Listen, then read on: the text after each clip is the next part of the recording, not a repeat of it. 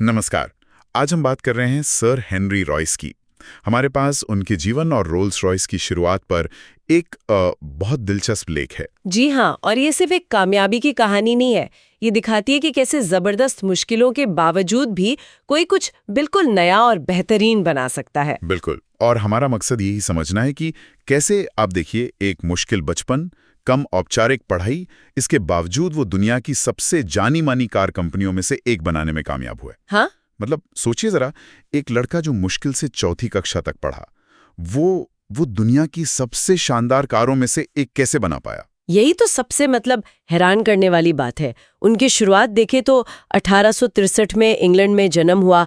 5 भाई बहनों में सबसे छोटे थे। अच्छा। और पिता की जो आटा चक्की थी वो कारोबार चला नहीं, परिवार पे बहुत ज्यादा गरीबी आ गई। तो सिर्फ 9 साल की उम्र से ही उन्हें अखबार बेचना, टेलीग्राम पहुंचाना, ये सब काम करने पड़े, घर चलाने में मदद करने के लिए। और स्कूली पढ़ाई तो जैसा आपने कहा लगभग हुई ही नहीं थी। सिर्फ चौथी कक्षा तक। सही। लेकिन शायद यही एक सोचने वाली बात है।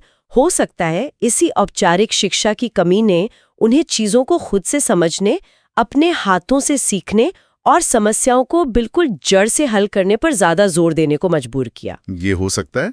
उनके पास डिग्री नहीं थी, पर सीखने की एक जबरदस्त इच्छा थी और इरादा बहुत पक्का था। हाँ, वो दिखता है।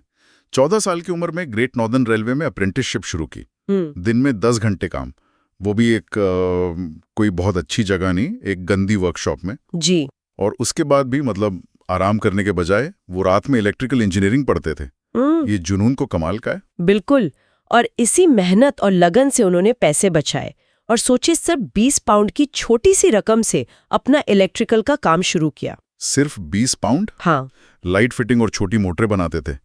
आज के जमाने में तो 20 पाउंड से बिजनेस शुरू करना मजाक जैसा लगता है ना। बिल्कुल।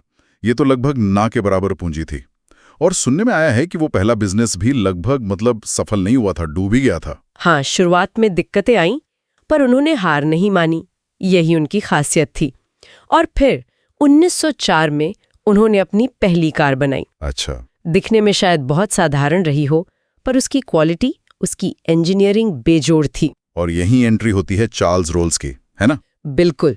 चार्ल्स रोल्स वो एक अमीर कार डीलर थे, कारों के शौकीन भी थे और समझते भी थे। वो रॉयस की कार की इंजीनियरिंग देखकर बहुत प्रभावित हुए।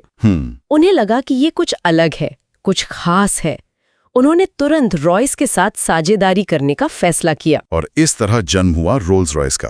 वाह, एक ऐसा नाम जो आज पूरी दुनिया में लग्जरी, क्वालिटी, परफेक्शन का मतलब बन गया है। जी।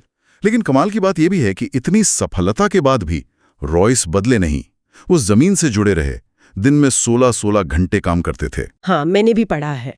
हर डिजाइन को खुद देखते थे, बारीकी से। क्वालिटी से तो कोई समझौता करते ही नहीं थे। उनका वो सिद्धांत बहुत मशहूर है। हाँ, वो वाला कि आप जो कुछ भी करते हैं उसमें परफेक्शन के लिए कोशिश करें।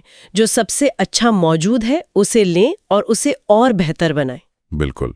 ये सिर्फ कहने की बात नहीं थी, ये उनके काम करने का, जीने का तरीका था। सही कहा। शायद उनकी जो शुरुआती मुश्किलें थीं, गरीबी थी, उसी ने उन्हें सिखाया कि चीजें भरोसेमंद होनी चाहिए, टिकाऊ होनी चाहिए, सिर्फ दिखने में अच्छी नहीं। तो इस पूरी कहानी से, हेनरी रॉयस के जीवन से हम क्या मुख्य बातें सीख सकते हैं? पहली चीज तो जाहिर है मेहनत और लगन। हाँ, वो तो है ही।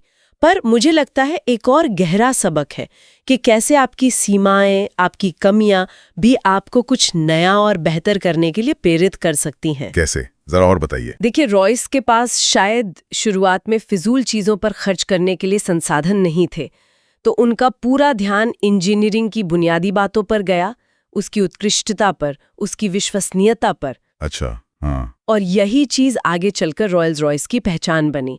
तो ये सिर्फ कड़ी मेहनत की कहानी नहीं है, ये स्मार्ट मेहनत की और शायद मजबूरी से पैदा हुई सादगी और उत्कृष्टता की कहानी भी है। वाह, क्या खूब कहा आपने। तो ये थी एक टेलीग्राम पहुंचाने वाले लड़के से दुनिया की बेहतरीन कारें बनाने तक के सफर की कहानी, सर हेनरी रॉयस। वाकई प्रेरणादायक। जी बिल्कुल।